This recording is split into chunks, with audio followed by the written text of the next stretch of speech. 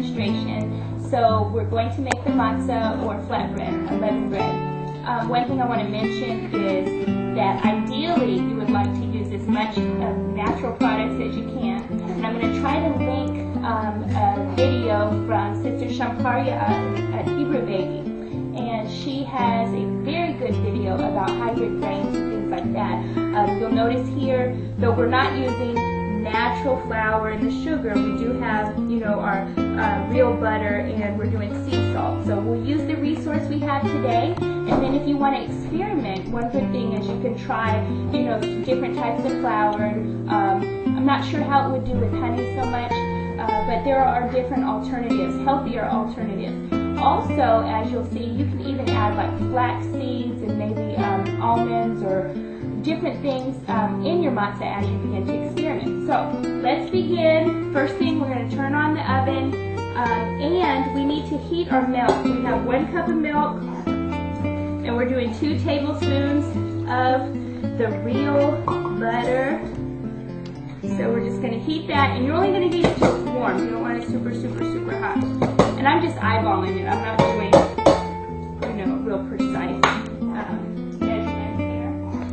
So here I am. I'm going to heat this. I'm going to put my oven on 400.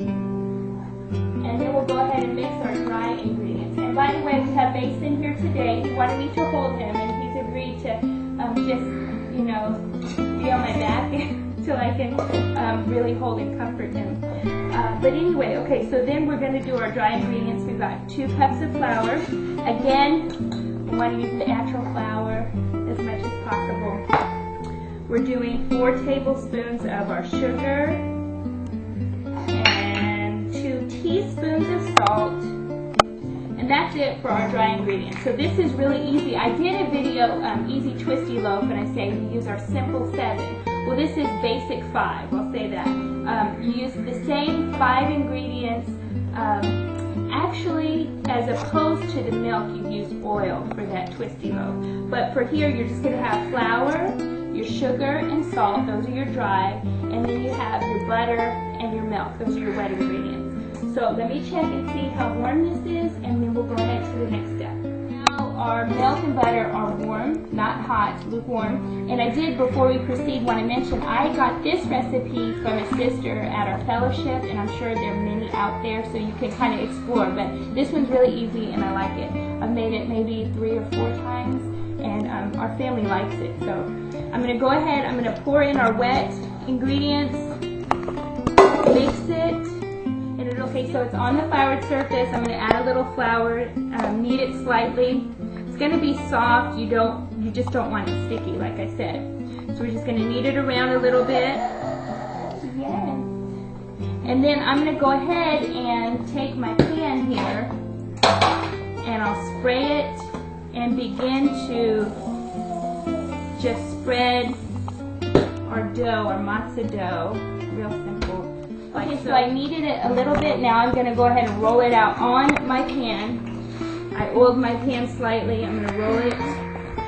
Too, we saw a very interesting video of, I think it was a Bedouin lady, and the way in which they make their bread is really fascinating, their flatbread. And she had this long, kind of, it wasn't like a rolling pin, but it was like a dowel, yeah. Like a dowel that she used. I think we found it on YouTube, huh? It was on YouTube, so. Okay, so once you've kind of got it rolled out, what you want to do is you're going to poke some holes. I don't poke them all the way through, but I go ahead and poke the holes so that it cooks evenly.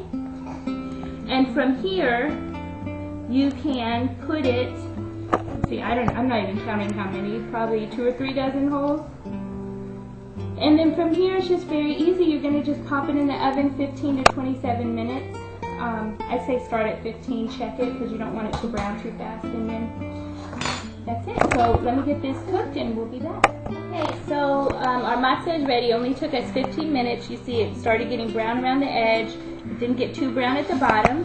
And that's basically it. If you want to make some type of dip, you can make olive oil with some fresh herbs. That's a good dip. Or I've got chickpeas here. You can soak your chickpeas, cook them, make a nice hummus. to dip in, or you can just use it, to dip with lentils and rice or a curry dish or something like that, and it's very good. And that's it. As they say in Louisiana, c'est bon.